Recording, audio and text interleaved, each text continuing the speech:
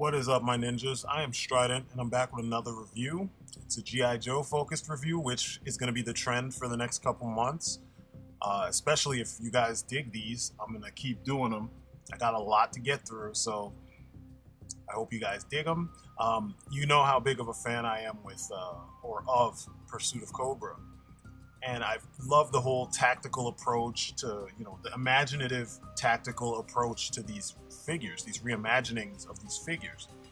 And I figured, no pun intended, I figured who better to start off with than the leader of the Joe team, Duke.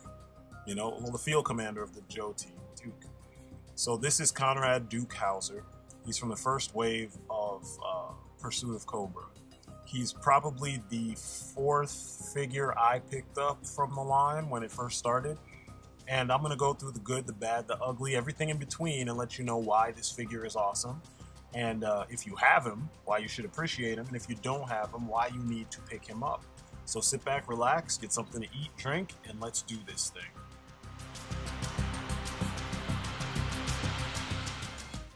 So immediately you see this guy has a very futuristic, hardcore, almost Contra feel to him, and I dig that. You know me and Contra and Metal Slug, all those kinds of games. Geostorm, that's my shit, and I love when figures in the G.I. Joe line embody this.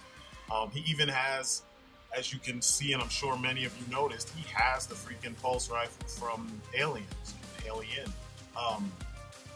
It's just beautiful, beautiful design. I like to give him pistols as a throwback to, I want to say, Spy Troops or whatever.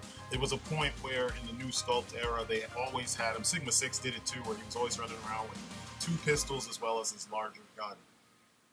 And this was before they all started coming packaged with, the double pistols. But everything from his face sculpt, I mean, look at that detail on that face. Look at his eyes. They're on point. I mean, as small as this figure is, that's an amazing head sculpt. Look at the texture in his skin. It's nuts. I just love it. I love it. I love it. I love it. He's got a determined face. I think this was actually the first time. No, this was the first time they used this head sculpt for a Duke figure. And I feel like it embodies the character way better than anything that had come before. And I don't know if there was a specific actor that they were trying to model his face after, because you know that Pursuit of Cobra was the line that followed Rise of Cobra. And the idea was that Hasbro would continue the story with ideas, concepts, and designs that could be used in a sequel film, that would more, properly embody the style of G.I. Joe, the feel of G.I. Joe. On this figure, they even got the scar. Awesome. Super awesome. But, you already notice off the bat the fact that his BDUs are more in line with the colors that he had in the classic series, the Sunbow G.I. Joe series, and the comics and stuff. All he's missing is the bandolier, and we could always give him that. That's not an issue. But look at the detail on the armor.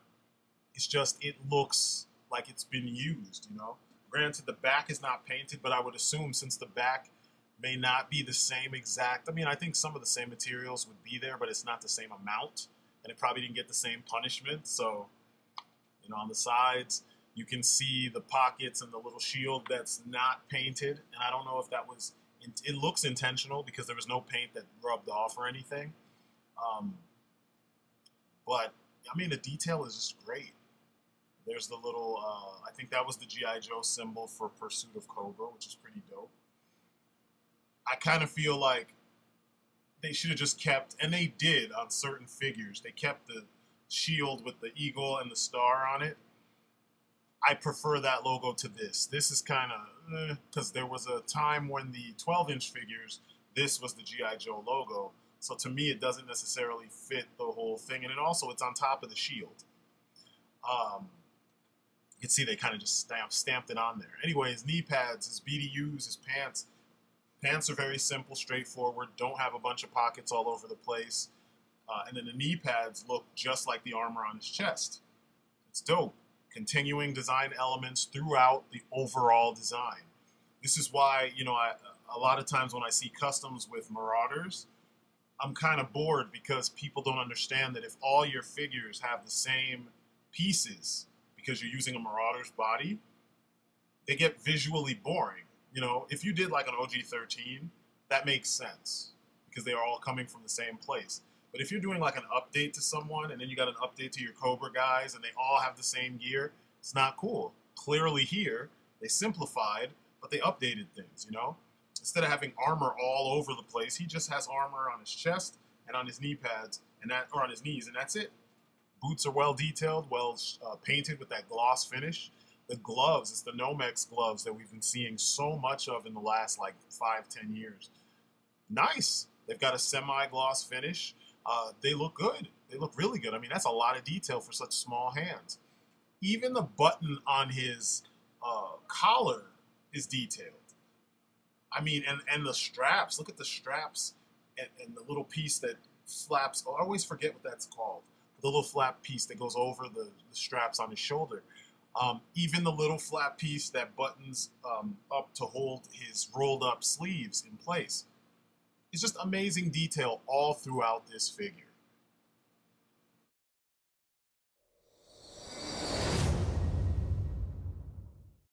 Now, accessories.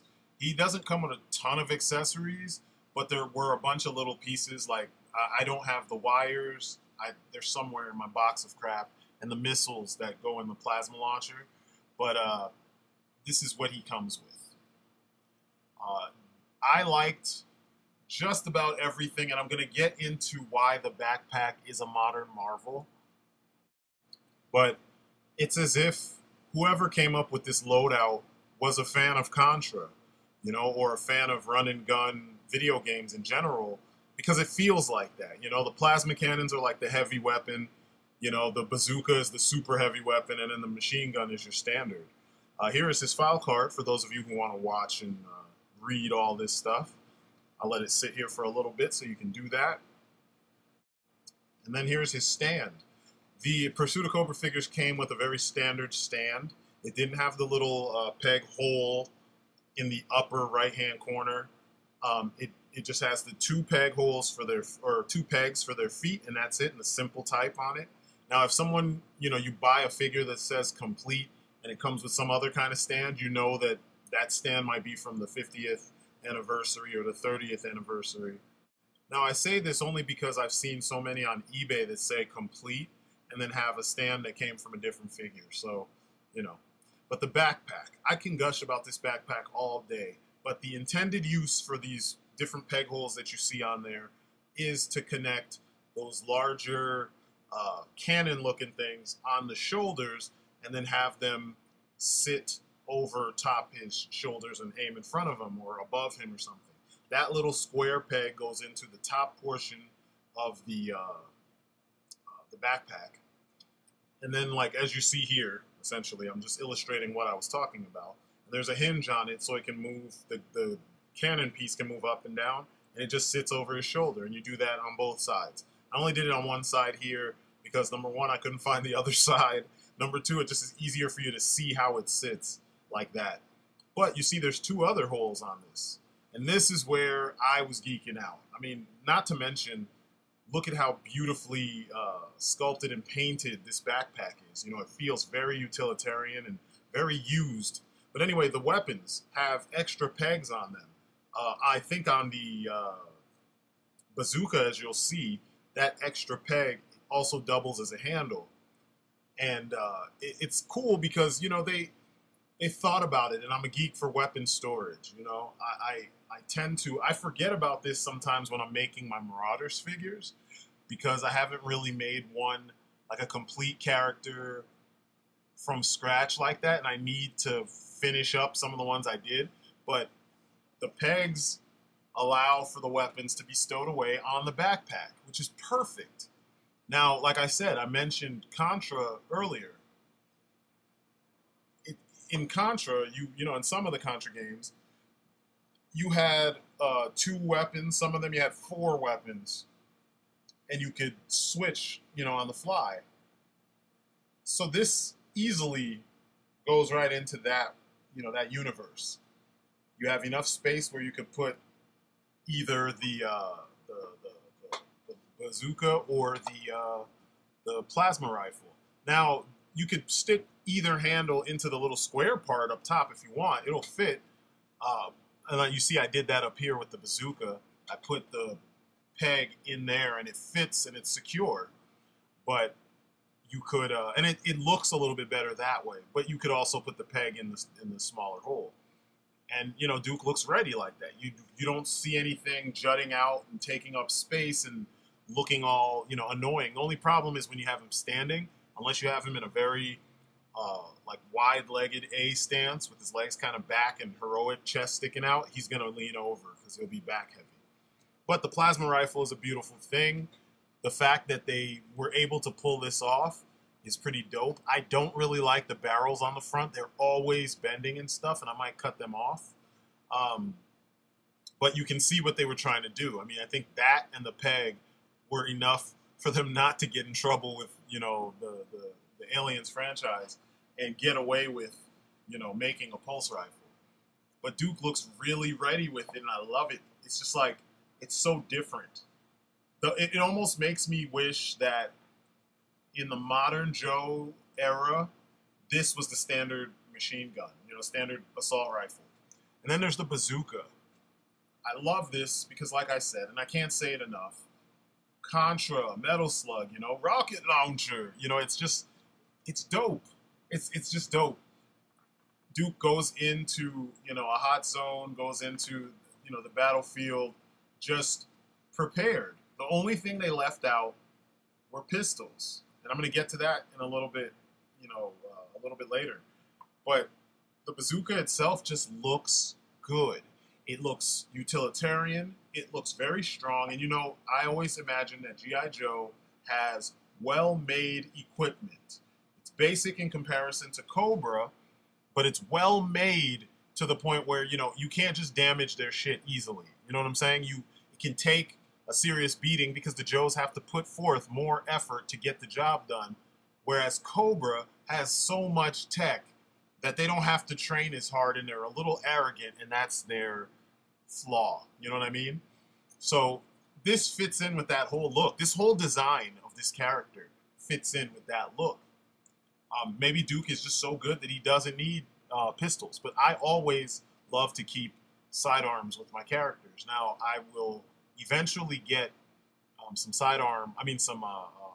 fast draw holsters to put on the sides of, you know, Duke's hips so he can quickly draw them and pop, pop, pop. Or maybe I'll put them on the sides of his waist, you know. But I mean, the accessories are all made of wind. They did such a good job. The only thing I don't like is the plasma cannon.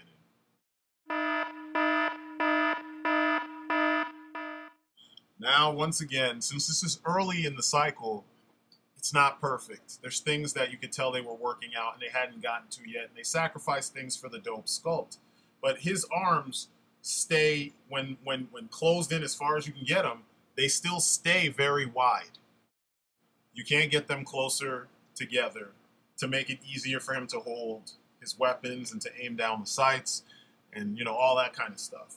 So it bothers me when I'm having him aim a gun because he looks better because of the 90-degree bend in his elbow. He looks better holding a gun than some of the other modern figures, you know, that have weird slanted joints and stuff. But like, you go to the next Duke that they released, and he can better put those, you know, the weapons closer to his face because his arms can go at the shoulder closer to his body, you know.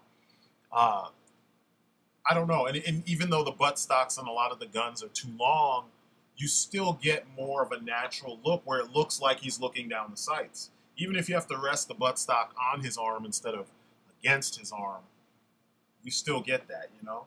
So I'm kind of, that kind of annoys me. You know, it's not a complete, you know, end all, be all, you know, kill everything type situation, but it is one of those things where I'm like, why does he have to be so limited, you know? But I understand it's early in the whole development cycle of this line. They're kind of catching their footing, you know, what can they reuse, what can they not reuse? And most of this stuff, these parts, they were new on him. because that was kind of the point. A lot of these figures didn't have a ton of reused parts. So, you know, that's my only nitpick criticism with him. Now let's compare. Now I was going to compare him to other Dukes, but I figured why not just compare him to the rest of his team? Does he look right with the rest of the team? And as you can see, he looks awesome. I've got a 50th anniversary figure, which should have been a Pursuit of Cobra figure.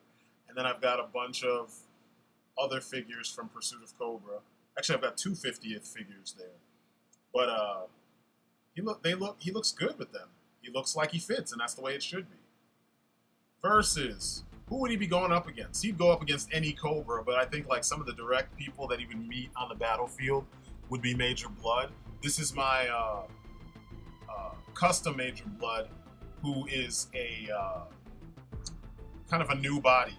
You know what I mean? Like I told you that Cobra Command in my universe clones all of High Command, and he's part of it. So they just download their data into a new body, and this new body has both eyes. Cobra Commander. I feel like oftentimes he would be dealing with Cobra Commander because Cobra Commander would be the one kind of leading the charge, so to speak. And then, you know, if it's Crake, he'd actually meet Crake on the battlefield. Now, I like to pretend that this is Crake because he's wearing, instead of wearing blue, he's wearing red. And in my universe, that's the differentiation between the two.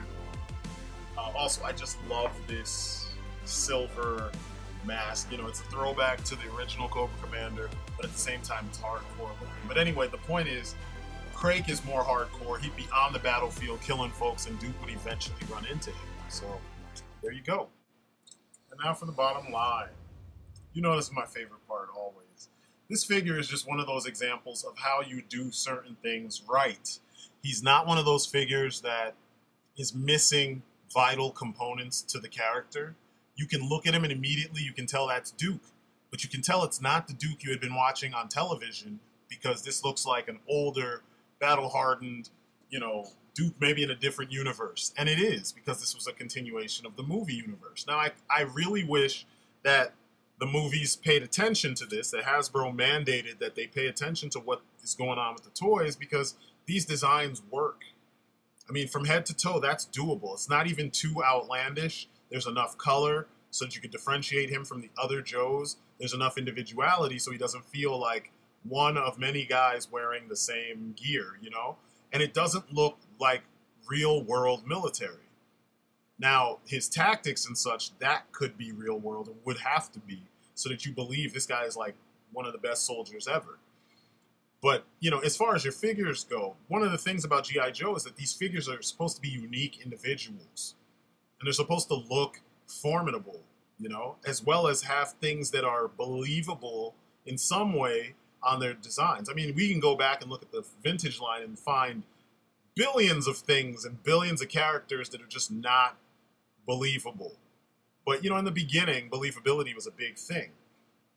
And I feel like this captures that kind of balance between the two. You feel like, you know, this guy looks like a soldier. There's your believability. He looks like a soldier.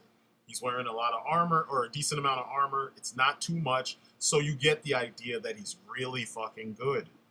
You know, if he was covered head to toe in armor, either he's supposed to be the bullet sponge because he's the, you know, the guy with the biggest gun, so he draws all the aggro, or he's not wearing much armor at all because he's just not going to get hit like that. You know what I mean? He's that damn good.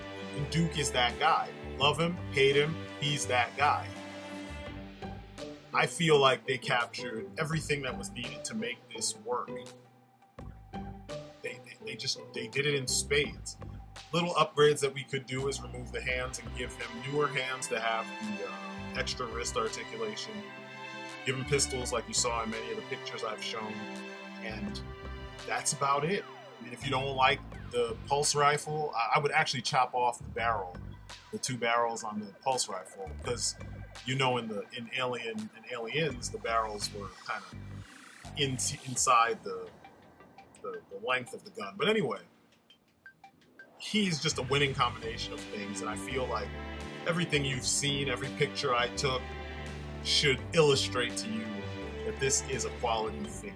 Now, he doesn't go for very much on the aftermarket. There are some people still trying to sell him for like $30, $40, but you can find him for under 20. I think you should get him, and that's my story, and I'm sticking to it.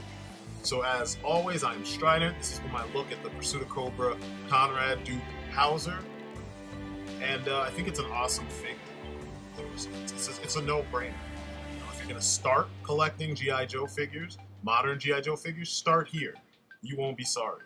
So as always, that's it for me. You guys have been great. Peace outside. If you enjoyed what you saw, please give it a like, a share, let your friends know.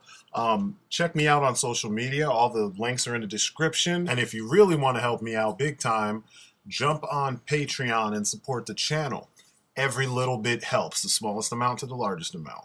And last but not least, check out my comic, War of the Gods. Issue 2 is on sale now on Indie Planet. And the links are in the description. It's some superhero fun. And as a smaller independent book, it needs all the views, all the eyes on it as possible. So check it out, show it to your friends. Every view helps greatly. And yeah, that's it for me. Thanks again.